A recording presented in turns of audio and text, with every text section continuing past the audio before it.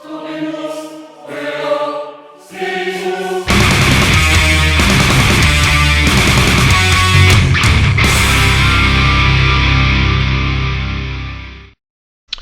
YouTube, and welcome to something slightly different. Don't worry if you're here for the Let's Play series that will resume shortly.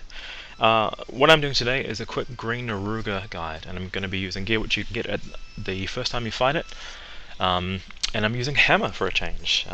I use hammer quite a lot when I'm playing by myself, but obviously most of my videos are done with bowguns. The reason I'm not doing a bowgun run here is because the best gear that you can get at this point in the game for gunning Green Naruga is the Jinogwa Vaporizer, or the low rank version of the Jinogwa light bowgun, which is not a fantastic weapon for this quest, I'm going to be honest. You'll get much better mileage and you'll be able to clear the quest much faster with some reasonably simple hammer tricks. Alright, so quickly, the gear that we're going to be rocking today is the classic low rank Jin Moran with the Agnactor chest for Sharp 1, Reckless Abandon 1 and Concentration. If you have a charm which is going to give you any points into the Expert skill, so Reckless Abandon for you older players, you'll be easily able to get its Reckless Abandon plus 2 with either a 2-slot charm or just a charm which has got 3 points into it. If you're lucky like me and you've got a charm with 7 or 8 points, then you can get Reckless Abandon plus 3.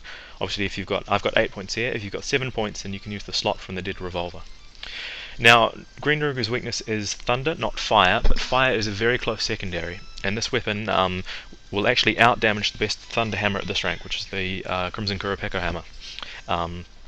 It'll do the same amount of damage when Green Naruga's in rage mode, and it will do slightly more damage when it's out of rage mode. It's also got longer white sharpness, which means that you can maintain your damage for longer. Alright, now you don't need anything special, so just bring your healing items and whetstones obviously as appropriate. I'm recording this after the fact, but when I did the run I also had 2 trank bombs and a trap. That can be quite useful. If you see it limping off, then instead of fighting it in the nest zone, you can just capture it, save some time. I think that's everything. You don't need any whim skills or anything, and I'm going to be showing you the Deserted Island Green Naruga, which has got slightly more health, but I don't need to worry about the froggy. Alright, let's rip into it. Okay, the main attack that we're going to be doing is getting behind Naruga, waiting for it to turn to us, and then either releasing an uppercut attack, so the holding down R trigger with your hammer and releasing the first level charge, or a super pound if you've had time. And unfortunately you cannot jump on a Naruga and ride it like a pony, although I did try my best.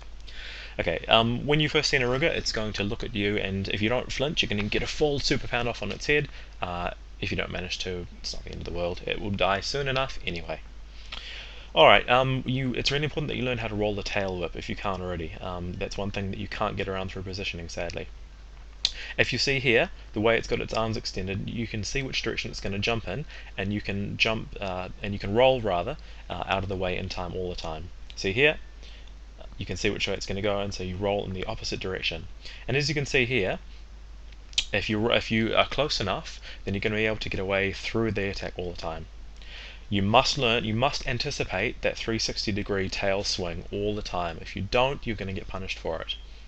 And after every flinch, as you can see here, you've always got time for an uppercut.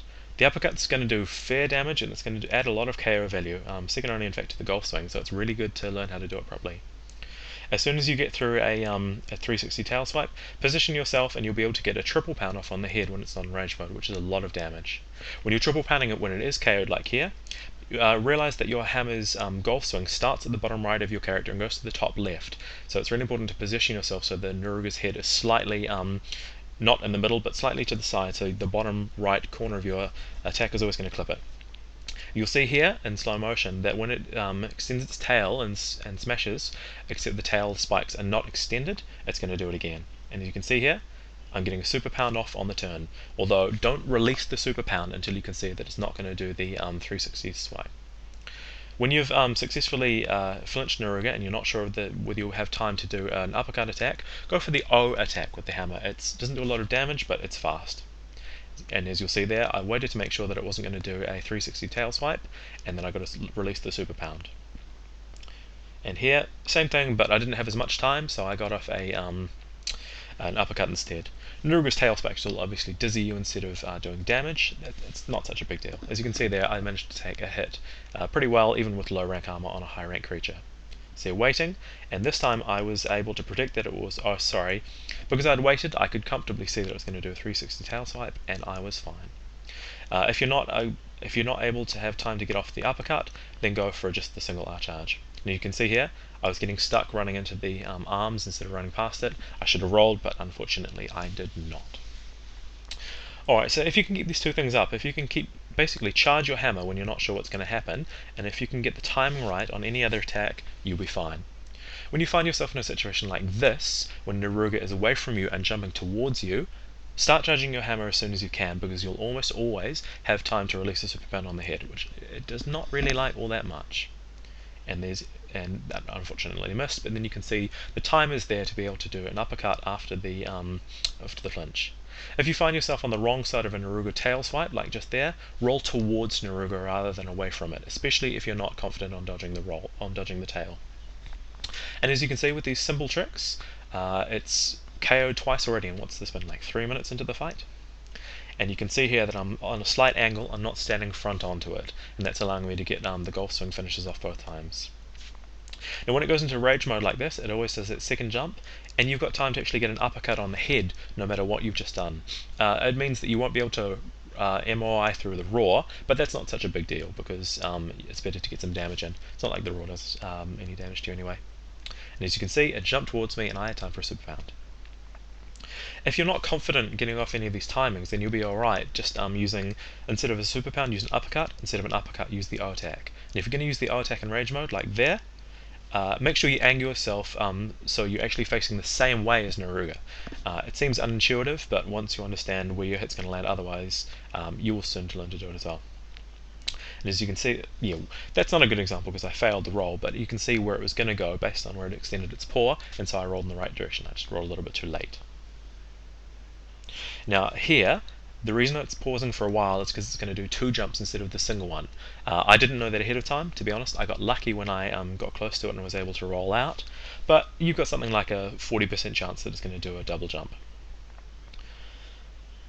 Alright, Naruga's attacks look quite fast, but once you assume certain things, you'll be okay. Look, it's jumped around me, I assume it's going to do the a jump around and then jump straight. And see here, and turning towards a little bit and then getting off the pound. See, I'm assuming that it's going to do the attack, and I was fine. Now here was not a good example. I took a bit of a risk, but it turned out okay. So basically, every time a boomerang jumps around you, assume it's going to jump straight at you quickly and roll through it. Even if you don't end up needing to roll, because it wasn't going to do the attack, then you've at least positioned yourself well. Now when Naruga using a hammer, you're going to be tiring out and fatiguing Naruga pretty fast. When you do fatigue it, instead of trying to attack the head as it's feeding, that's quite difficult to do because the head bobs up and down, do this instead. Start attacking through the body and go into a triple pound, and after the pound, hit R to start charging your hammer again, and then just keep repeating this process. If you do this right, and if you angle it, you can actually use the analog stick and direct yourself. You'll be able to get lots of hits off on the head, and if you're lucky like I was just then, you'll be able to stagger it. And as you can see here, it's the time for the 3rd KO already. Now sharpness increases the amount of KO damage you do, which is why having a long white sharpness hammer is so important for getting KOs off on a creature like Naruga, who's going to be able to be exploited by them. And there I got a lucky O hit off and managed to flinch it out of doing what it was going to do. Now see, it's boomerang jumping around me, and every time it does, you can see that I assume that it's going to do the jump straight at me, and I'm profiting from it.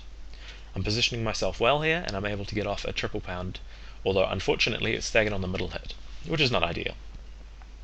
See, boomerang jumps around, and so you assume it's going to do jump straight at you. If you assume that every time, you'll be okay. Like, every time you're coming up behind it to release an uppercut or a super pound as it turns, always assume or always be prepared for it to do a 360 tail swirl.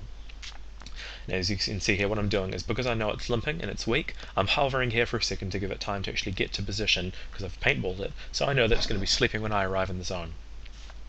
You don't need to do that, it just means that when you come in, it's going to be a little bit easier to shock trap it if it's standing still compared to if it's jumping around like a bit of a spaz. Alright, so with a couple of simple tips, we've been able to capture a Green Naruga in 7 minutes and 39 seconds. Now, so the key things to remember here, go for an uppercut after a flinch, and whenever it turns to you, go for either a super pound or an uppercut on the head as it turns, but watch out for the 360 tail swipe. So there you go, low rank armor, high rank hammer, although HR5 high rank hammer, and we've got a dead Green Naruga. hope this was useful here for you guys. Hope for those guys who are stuck on Green Naruga, this gives you a bit of some more tools to use. Miserion out.